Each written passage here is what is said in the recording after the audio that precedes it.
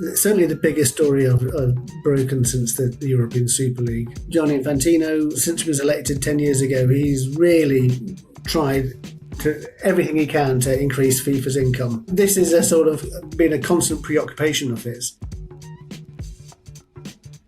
Hello and welcome to the Game Football Podcast from the Times and Sunday Times. This is a special bonus episode to bring you some huge exclusive news on the Times website about FIFA and Gianni Infantino.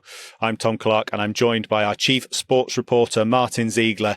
He is the man who revealed the news of the proposed Super League and he has stunned the football world once again.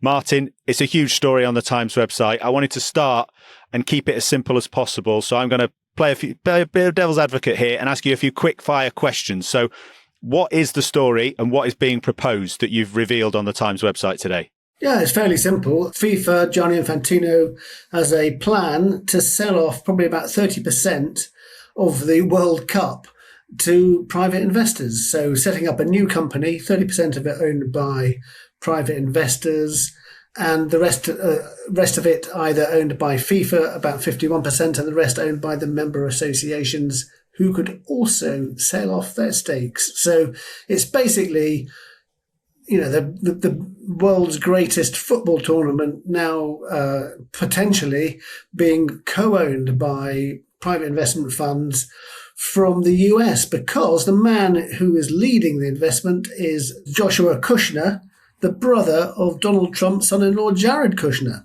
Wow, absolutely amazing. So the World Cup is for sale, Martyn. The World Cup is for sale. Is that right? Effectively, that's what's happening, yes. FIFA, as I understand it, have put out a statement. Why are they saying that they want to do this? What is their reasoning behind this quite striking move? So they've said they want to build on the commercial success of the 2026 World Cup and deliver more money for the 211 member associations who make up FIFA. So they would all get a big chunk of extra cash, either from the private investment coming in or from their own stake if they wanted to sell it. And they've actually, they've said, they're already going to increase the amount of money over the next cycle from $8 million to $20 million per national association. That's going to get even more. Cycle after cycle will go increase more and more and more. That's what they've said. So the money's got to come from somewhere. It's absolutely staggering. There's so much to unpick from this. But I mean, some people will be looking at this and going, well, FIFA, it's World Cup, it's football. Loads of people make money from football. But this is slightly different, isn't it? When it's FIFA, there's supposed to be a global body. How do they make money from football at the moment? How do they pay for the activities that they put on and all the lavish spending that they make? How do they make their money at the moment? Well, all the money basically comes from the Men's World Cup. So TV money, sponsorship, tickets, hospitality. So the revenue for the last cycle, including the 2026 World Cup, $15 billion, and just about all of that comes down to the Men's World Cup, the vast majority. So that is the thing that drives everything. Now, I suppose the question is, if you have private investors calling the shots, because if you're spending, say that they invest $5 billion to FIFA, they don't just want a return on their money. They want to call the shots a bit, don't they? So Are they going to say, we want to have more World Cups more often, bigger World Cups? And we know that the 64 team proposal is going to be discussed. Yeah. The Club World Cup, is that going to be played in November and in Saudi Arabia, for example, this new club tournament? What effect would that have on the domestic leagues? I mean, the potential for problems are endless. FIFA is a not-for-profit organisation, is it not? It's not a commercial entity. Is that a key factor here, that Infantino is trying to change that? There is a sense that where people will be looking at this and going, can they sell anything? Is that what's happening here in creating this opportunity? FIFA makes profits, but the profit it makes all goes and reinvested in the game, all gets split up amongst the member associations. So if you're Gianni Infantino and you want to be elected, then the way to get elected is to promise more money to the national associations. So that's one factor, which is why he's always, since he was elected 10 years ago, he's really tried to everything he can to increase FIFA's income. He talked about a biennial World Cup before.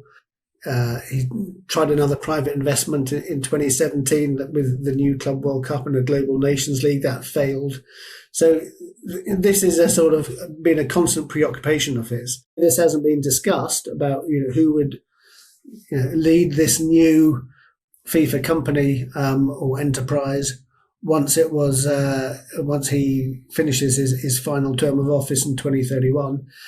Some people think he would like that position himself as the commissioner of this new enterprise, because look to see what does the NFL commissioner, what does he get paid? $64 million a year.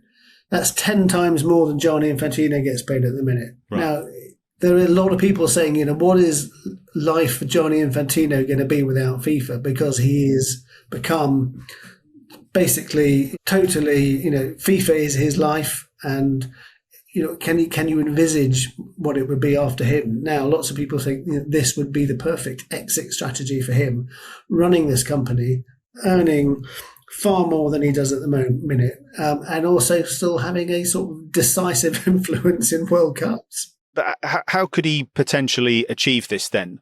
Because you talk about the money that is made and it going into the member nations and member countries and things. How would he get them on side with this idea of creating a business and selling off shares to private investors? How does he get the countries of the world who compete in the World Cup and compete for the World Cup? How does he get them on side? Well, because say you're one of the smaller nations, South Pacific or somewhere like that, you get a share worth $20 million, which you can sell if you agree to this proposal. That's probably 5 times what your annual income is at the minute, right? Or even more, perhaps. And if you get this money and without questions asked about how you're going to spend it, you just get this massive chunk of money. How many people are going to say no to that? I've sort of phrased it as, it's Christmas voting for turkeys. Yeah. So these smaller nations could be promised £20 million. And so you're saying that actually it's being geared. So there's an actual interest for lots of the nations probably to vote for such a measure. Yeah. So the mechanism by which everyone has a stake, all the 211 members has a stake separate to FIFA within this new enterprise, which they can sell, I think is just a mechanism to try and get it voted through. I can't, because, the member associations are FIFA. So if FIFA is going to have 21%, so they're going to have that. Why are they going to have this extra money that they can sell for themselves, or this extra stake, I should say, which they can sell for themselves? The only reason I can see is to try and get it across the line. So there's a scenario in which they've sold part of it and then the member nations start selling parts of it, their parts of it as well. Yes, that's right. So FIFA has a controlling interest, always 51%, say. 30% goes to private investors, and then 19% goes to the national associations, split up 211 ways, which I think works out at about $20 million as an estimate.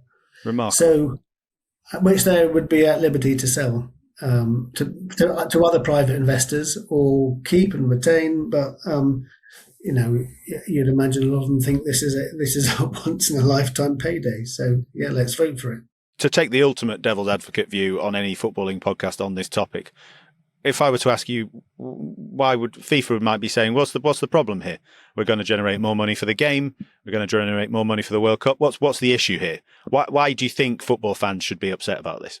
Well, because the issue here is if you're going to have private investors wanting, what they want is a return on their investment and more money.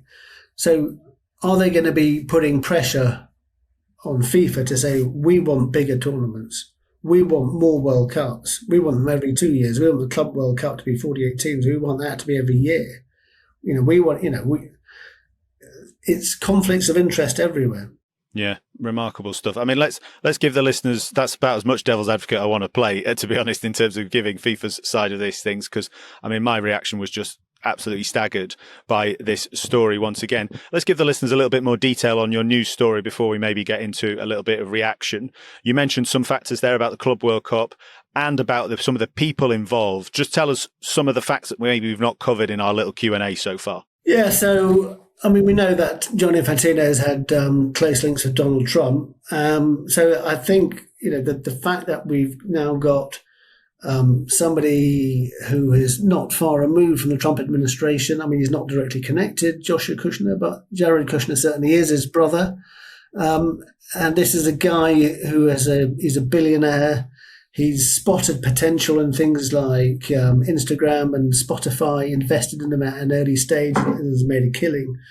And looks like he's the man who's going to be putting the money up front for this too, if it goes ahead. And he's got the bank JP Morgan is advising FIFA on this as well and looking for other investors. So it's big business. It really is. Yeah, just tell us a little bit about some of the reaction from both some of the people you spoke to in building up this story, and also UEFA, I believe, have also made a statement as well. But there was quite a telling line from senior figures in football that's in your story, with quite a good catchy line that I thought kind of said it all for about what fans might be thinking about this. Yeah, I mean, so when I was speaking to people around football in senior positions who aren't part of this plan, asking if they'd heard of it. I mean, some of them were very alarmed by it. One of them said that it'd be like a nuclear explosion in football.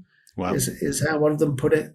Another one said it was unacceptable because you'd have a position where potentially, the leader of this new enterprise would be in a much more powerful position than the FIFA president themselves. And so those were two sort of significant reactions. Then UEFA actually put out a statement in response to the Times article saying that this crosses a line that football's governing institutions should never cross. It says UEFA takes it extremely serious. The soul and governance of football are not assets to trade, especially with zero transparency as to who gains financially.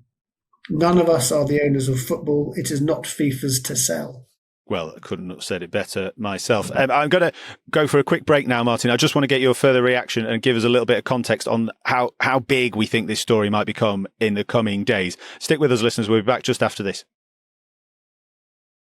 Martyn, just before that break, we had some reaction from UEFA. What have FIFA said themselves after this story came out? What statement have they put out?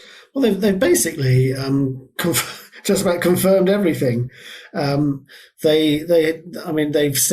confirmed that Josh Kushner is the proposed lead investor. They've confirmed that this is an idea that is being looked at and studied. And then they've said the reasons are because they want to sort of build on the commercial success of the World Cup, and that this has been passed on to member associations who will have the final sign-off. So they've basically confirmed it all. I mean, they have made it clear that Jared Kushner, the brother of Joshua Kushner, who is Donald Trump's son-in-law, that he's not investing himself directly. But apart from that, they've basically confirmed it's all happening. Yeah, remarkable stuff, and also a sign of how well placed Martyn Ziegler is to bring you the biggest news. Martyn, I want to get a bit of reaction. Alison Rudd, our colleague and senior sports writer and Sunday Times columnist, has done a brilliant piece of commentary on the Times website, which is headlined "Enough is Enough. It's time to stand up to FIFA and protect the game we love." Very passionate battle cry from Ali there, but is there a way in which this doesn't happen? I alluded to the Super League story before, the one that you broke that kind of sent shockwaves through football. You had fans from clubs up and down the country protesting that. How does this not happen, though? We've outlined, the member nations that get 20 million. Yeah. Is there a world in which this doesn't happen? Yeah, I still think there's a lot of people Infantino would have to get on side. I mean, I know there's people within FIFA itself who are alarmed by this, and within the administration. So, say UEFA are against it. I imagine a lot of North America and Central America might be alarmed by this, and perhaps countries in the Caribbean. They're not. You wouldn't say they're in Infantino's pocket at all. I think he knows that Africa would probably vote with him. I think he knows that parts of Asia would vote with him, and South America. But so I think it's finely balanced, actually. But it could be stopped. Really interesting. I mean, and just your reaction generally. I just wanted to ask one question after this before we wrap it up. But what was just your reaction generally? You know, as a news reporter, you're so stuck in the details, making sure everything's correct. But your reaction as a football fan, as a sports fan, and as a man who's worked in the industry for such a long time. Well, I just think, you know, what you if you're the governing body of the game, whether you're at a national level like the English FA, European level like UEFA, or international level like FIFA, once you bring in private investors and sell off your competitions, you are in a very sticky place. Martyn, I just wanted to finish by asking you about the initial reaction that we've seen. We're recording this in the evening after the story came out in the afternoon. So early days yet. You've already been on Times Radio talking about the story. You're doing this podcast now. As I mentioned, you were the man who broke the Super League story. Does this feel to you comparable? Does it feel bigger? What does the kind of reaction that you've seen on, you know, social media is such a good barometer these days, isn't it? For when you put a story out there, you can immediately feel the reaction. What does it feel like in the early hours after this story's gone live? I think it's certainly the biggest story I've broken since the European Super League. But it's perhaps hasn't got the sort of political clout that immediately had, where, you know, you had the Prime Minister getting involved and threatening to, you know, drop a legislative bomb on the European Super League to stop it happening. Not quite sure that they can do that. I mean, I would imagine Andy Burnham, the sort of person he is and the football fan he is, would be absolutely horrified by this, but there's probably not much he can do about it. So I think in terms of the reaction, it's close to, and the sort of, you know, the uproar on social media and the general reaction is close to the Super League one, but it's probably not quite there. Not quite there yet. By the time listeners are checking out this podcast, it might well be there. Loads more reaction to come in the coming days and hours to this huge story, and loads more to come from Martyn Ziegler on the Times website, of course. But we'll wrap it up there for now for this immediate reaction special bonus episode of The Game. Martyn, thank you so much for joining me to run us through that story and give your reaction. Thank you too for listening. We'll be back on Thursday with more reaction to this story and plenty more news from the football world too. We'll see you then.